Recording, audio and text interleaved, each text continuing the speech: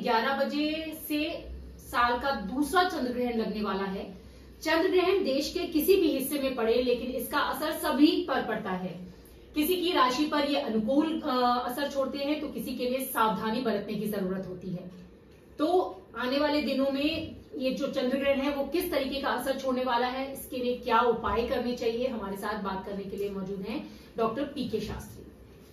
शास्त्री जी, जिस तरीके से आज रात्रि 11 बजे से जो चंद्र ग्रहण है, साल का दूसरा चंद्र ग्रहण जिसे कह रहे हैं, लगने वाला है, तो किस तरीके का असर आप इसका देख रहे हैं? देखिए, यहाँ पर मैं कहूंगा कि ये साल का आखिरी चंद्र ग्रहण है जो आज पूर्णमासी के दिन लग रहा है।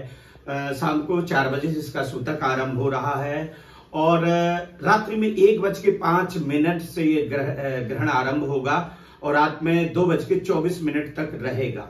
इस ग्रहण की खासियत है कि यह संपूर्ण ब्रह्मांड के अंदर में, चाहे आप यूरोप के अंदर में देखें, चाहे अमेरिका हो, ऑस्ट्रेलिया हो, इंग्लैंड हो, कनाडा है, यानी संपूर्ण ब्रह्मांड में यह चंद्र ग्रहण लग रहा है।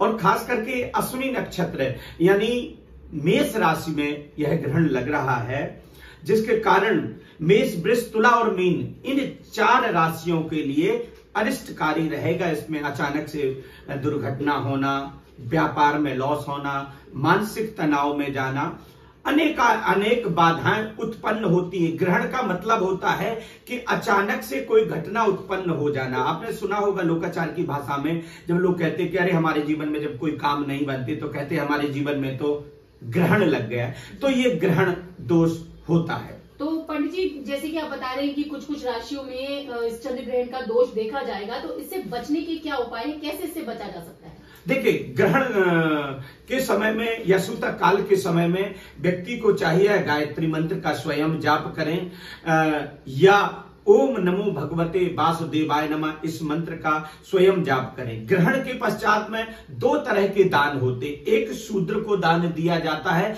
और एक ब्राह्मण को दान दिया जाता है। जैसे अगले दिन यानी प्रतिपदा के दिन आप आटा, नमक, झाड़ू और पुराने कपड़े, ये स्वीपर को यानी डोम को दान करना चाहिए। ब्राह्मण को तांबे के पात्र में घी भरना चाहिए और तांबे के पात्र में घी भर के कुछ फल और कुछ मिष्ठान और द्रव्य, यदि ये चीजें हम दान करते हैं, और खास करके जो मेष, वृष और तुला और मीन राशि वाले, इन जातकों को चाहिए कि ब्राह्मण से जाप करा सकते हैं मंगल और चंद्रमा का। यदि ब्राह्मणों से नहीं करा सकते हैं तो अपने आप स्वयं भी ये जाप कर सकते हैं, तो ये लाभकारी होगा। पंडित जी, कई बार इस तरीके की बातें हमने सुनी है कि सूर्य ग्रहण हो या चंद्र ग्रहण हो तो उस समय पर सोना नहीं चाहिए, या फिर जो गर्भवती महिलाएं हैं उनको जाना नहीं चाहिए, या इस तरीके का कोई साया पड़ता है, तो क्या इनमें भी कोई सच्चाई और क्या जी हाँ, किन लोगों पर ये? देखिए, खास करके ग्रहण काल जो होता है तो विशेष करके गर्भवती स्त्रियों को बहुत सावधानी बरतनी होती है कि 4 बजे के बाद में यदि अब आप भोजन कर रहे हैं, अगर औषधि लेनी है, वैसे तो ग्रहण के समय में भोजन या जल लेना वर्जित होता, पर आप गर्भवती हैं और उनको औषधि यानी दवाई लेनी है, तो उनको थोड़ा सा सावधानी बरतनी होती है कि अगर भोजन बना हुआ है या उस दौरान बना रहा है तो तुलसी का पत्ता डालें। यदि आप पानी पी रहे हैं तो उसमें जो तो आपको चाहिए कि कुछ डाब जो घास होती है वो पानी में डाल करके पीते हैं। तो जो ग्रहण का जो परछाई है, और ग्रहण के दौरान या आप सूतक के दौरान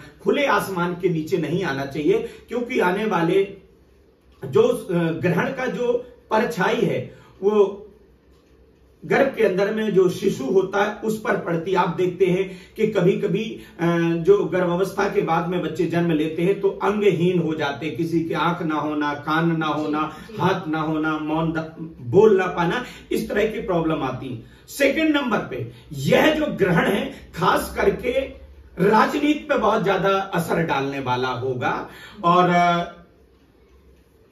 सत्ता पक्ष हो या विपक्ष हो, ग्रहण का तात्पर्य होता है कि जो बना हुआ है उसको बिगाड़ता है और बिगड़े हुए को बनाता है। तो कहीं ना कहीं इस ग्रहण से सत्ता पक्ष को हानि, विपक्ष को लाभ का योग भी इस तरह जो प्लानेट हैं वो बता रहे हैं।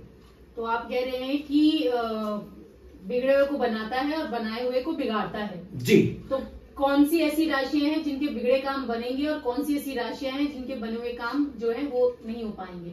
मैंने बताया कि मेष, वृष, तुला और मीन, इन 4 राशियों के लिए तो ये अरिष्टकारी है।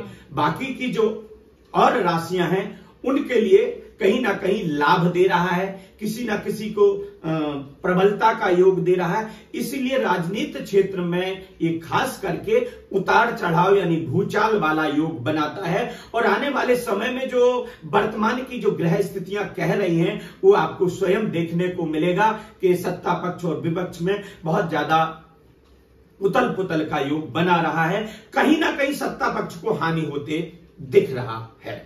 तो क्या आप ये इशारा आने वाले विधानसभा चुनावों की तरफ कर रहे हैं? जी हाँ, बिल्कुल ये कह सकते हैं कि जब ग्रहण पड़ता है और ऐसे में खास करके जो चुनाव होते हैं तो ग्रहों की जब परछाई जनता पर पड़ती है तो उनका जो मनोबल आदमी के अंदर में एक व्यर्थ की चिंताएं उत्पन्न करता है। तो जिससे हमारा मनोबल लगा होता है, हम जिससे जुड़े होते उससे हटने की चेष्टा करते।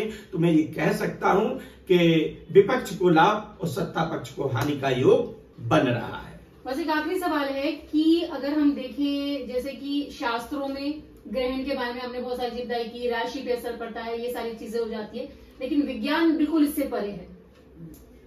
नहीं, देखिए, विज्ञान कोई अलग से नहीं आया है।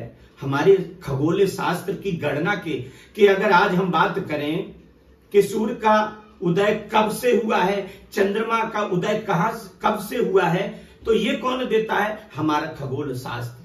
हमारे वेदों में इसका वर्णन है कि चंद्रमा का कितने हजार वर्ष अस्तित्व में आया, कितने हजार लाख वर्ष पहले मंगल अस्तित्व में आया। तो कहीं ना कहीं विज्ञान भी हमारे इन धर्मशास्त्रों की ही अनुसरण करता है और उसी से अपनी जो गणना है वो दे पाता है। तो आपने देखा, ये थे हमारे साथ बात करने के लिए डॉक्टर पीके शास्त्री, जो बता रहे हैं कि चंद्र ग्रहण का असर आम लोगों पर थोड़ा बहुत पड़ने वाला है, लेकिन इसका खासा असर राजनीतिक गलियारों में देखने के लिए मिलेगा, खासकर की सत्ता पक्ष पर। अब देखना होगा कि ये चंद्र ग्रहण का असर आने वाले दिनों में क्या कुछ असर लेकर आएगा। कैमरा पर्सन जगदीश उपराती के साथ रचना, न्यूज़ 18 दिल्ली।